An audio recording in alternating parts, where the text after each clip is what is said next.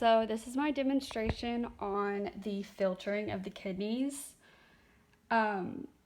These are the household items I had. I have Play-Doh, I have a mixing bowl for my glomerular corpuscle.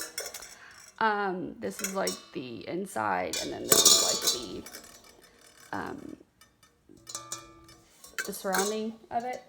And then I have my banana for potassium. I have a water bottle for H2O, and then I have a salt shaker or grinder for my Na plus, which is some of the ions that are being used during filtering. So for an overview, I have my kidneys, I have my ureter, and I have my bladder. The kidneys have like millions of these little nephron things, which this is one singular nephron, which I'm going to get into later on.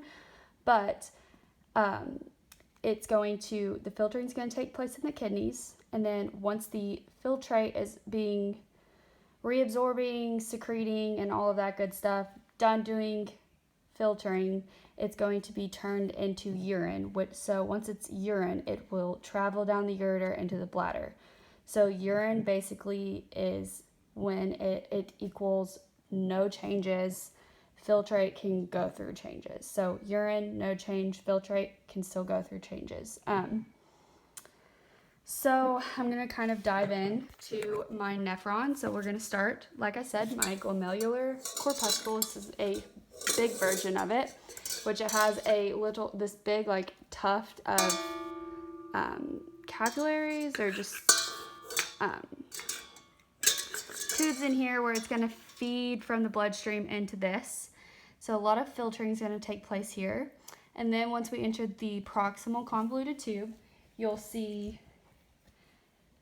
Na plus and Cl minus, which I don't have a visual aid for that, but being reabsorbed into the bloodstream.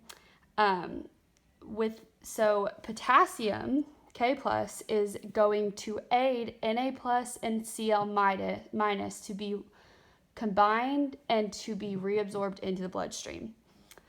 So after this, we are going to not only be having things reabsorbed into the bloodstream, but we're also going to secrete H plus or hydrogen molecules into this. So after this, we are going to enter into the loop of Henle.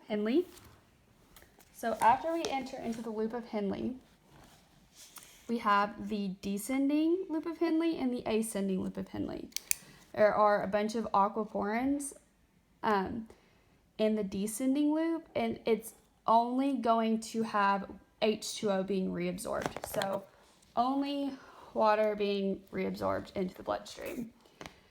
And then on the ascending loop of Henle, we will see Cl minus and Na plus being reabsorbed here along with H2O.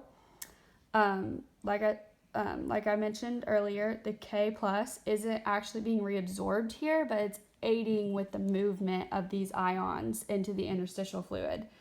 It's constantly hypertonic, so the descending and ascending sides are always having kind of a battle with solute coming into equilibrium with H2O.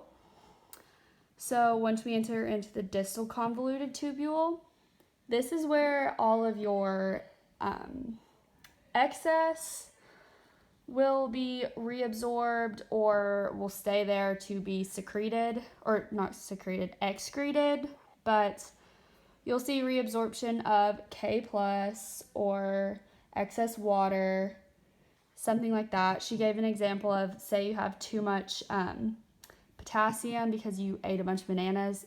This is where it's going to be reabsorbed.